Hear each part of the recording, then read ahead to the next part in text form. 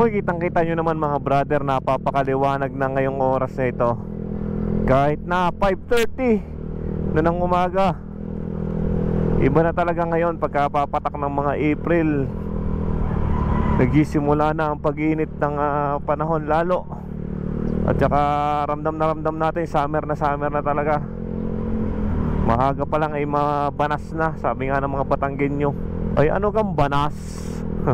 At on the way tayo mga brother sa ating pinagtatrabahuhan. Ang daily grind natin mga brother. Yung parang gustong-gusto mo na magpahinga at makapag-relax yung katawan mo, pero kailangan at may responsibilidad tayo o may trabaho tayong ginagampanan mga brother. Yun na nga lang ang hirap eh. Kahit na minsan mga rest day nagiging trabaho din. Ang hirap na nga lang makatagpo ng kumpanya na talagang pagpapahingahin ka sa araw ng rest day mo. Kasi sa mundo ngayon, napapaka makamundo na. Gusto lang nilang kumita, gusto lang nilang kumabig, pero yung mga kapakanan ng tao hindi na nasusunod. Nagiging sapilitan na. Danas na danas ko yan sa mga kumpanya. Sapilitan kayong pinapapasok para lang may maibigay na production at matapos yung kinakailangan. Pero dahil nga tao lang tayo, napapagod tayo, kailangan din natin namang magpahinga. Kahirap din nga naman pagka puro ka lang trabaho. Napapagod din ang ating katawan mga brother. Kaya sa mga kapitalista dyan, makaramdam naman din kayo. Hindi ho puro pera ang kailangan ng tao. Kailangan din naman ng pahinga.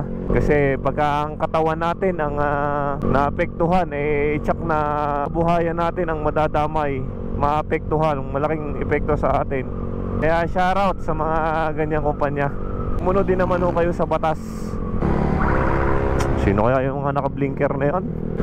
Agang-aga nagmamadali. Allowed ba sa atin sa panahon ngayon ang mga illegal blinker o sa mga politiko lang? Parang nagiging siga sila sa daan eh. Kala ko pulis na nga eh. Yun, suwabe si sir. Para naka C1000.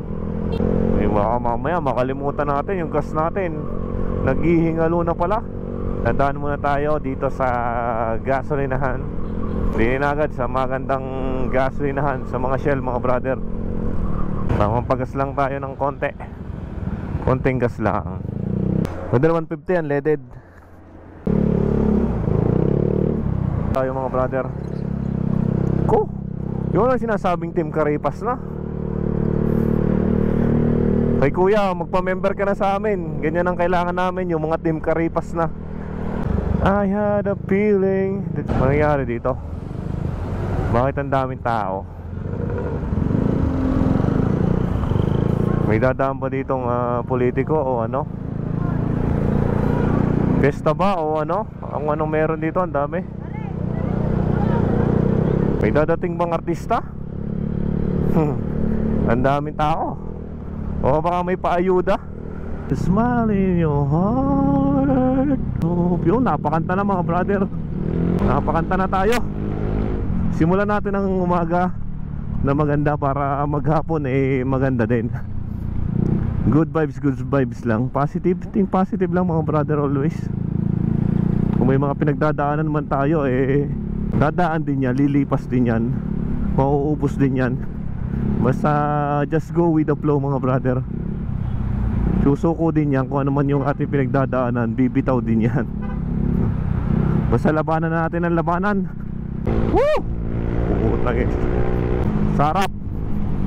Ano yung sinasabing Team Karipas na? Kumakari-karipas na. Sarap talaga mag-ride.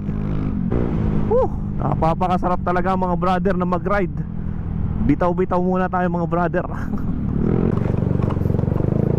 Mga brother, ride safe and keep safe to all.